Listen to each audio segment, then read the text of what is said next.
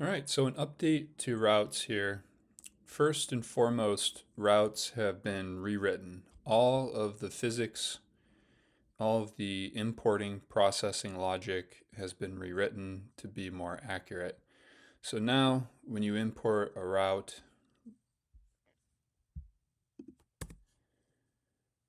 it's going to be just as accurate as other platforms like Strava and Ride with GPS.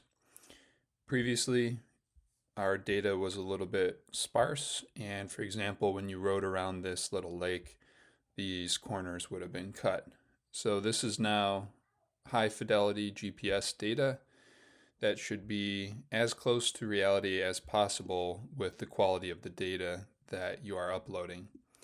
And we have the smoothing, which is dynamically set based on your route, and you can refine it if you want. So the higher fidelity your smoothing is, the closer to reality it will be, but you'll also pick up GPS noise. So you'll have to figure that out yourselves and determine what smoothing is right for which elevation and route, depending on the quality of your data. Additionally, we now have surface material and bike type, so you can select what surface to ride on. Perhaps you're doing cyclocross and it's grass or sand. There's also trail for mountain bike, gravel for gravel rides, and then road, which is the default. And as you select these, the estimated time is updated. And of course, the same is true for the bike type. And so that's all been updated. Additionally, when you are on a course and you're riding, we realize that the physics are not going to be exactly the same, and that's why we call these now e-routes. They're not real routes, okay? So when you're riding these virtually on RideCave, the speed's not going to be perfect, so don't expect that you'll have a perfect replica of an activity you did outdoors, but it's going to be close. And some things that we've changed is that in this route might not be an great example, but on a mountain route that has a downhill with switchbacks, most platforms treat that as the same speed. So you'll be going downhill at 40 miles per hour, and the route might have switchbacks and turns. Well, RideCave now predicts those turns and tries to adjust your speed accordingly to more accurately reflect reality. It's not perfect, but it's one small feature that we've added to try to improve the eRoute experience. You can go to ridecave/physics to learn all about the physics that are in routes. It's really quite interesting and sophisticated. Read it at your own peril. Now, for the new feature, Ride Along, you can now ride on a route with anybody that has ridden that route before.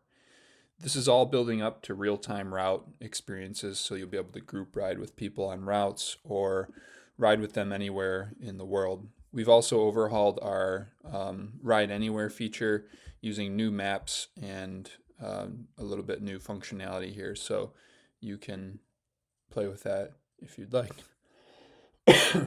Now, the Ride Anywhere feature. You can ride against yourself. So now when you open up a route, you'll see your attempts here, and you can add yourself as a ride along. And I need to set up my virtual simulator really quick because this is a demo org. So here I'm going to add a ride along, and I can start the route. And the first thing you'll notice is, well, one, the maps have been rebuilt. We now have this new map, and it's much more feature rich, and it has a 3D view. So now you can see the 3D environment around you. And here's the ride along. You can see the companion I'm riding with. You can see them in the map view, and you can see them in the elevation view here. Let me go ahead and do a sprint here.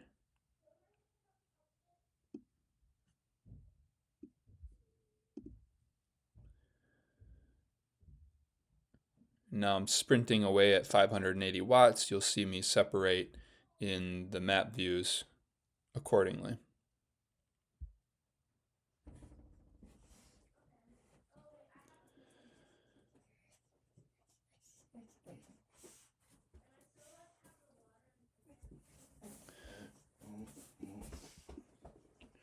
Okay, and so now I'm racing myself. Let's have a look at one additional feature in this release is calories. You can now see your estimated calories for an activity. Now let's go back and see a leaderboard. So you'll be able to ride along with anybody on a leaderboard. You can go down to the leaderboard, and in production these will all have these little icons that you can click to add a ride along, or you can search for one. This is just testing data, so there's only 3 of them. But I'll go ahead and add Sarah Sprints here, and now we have a ride along attached.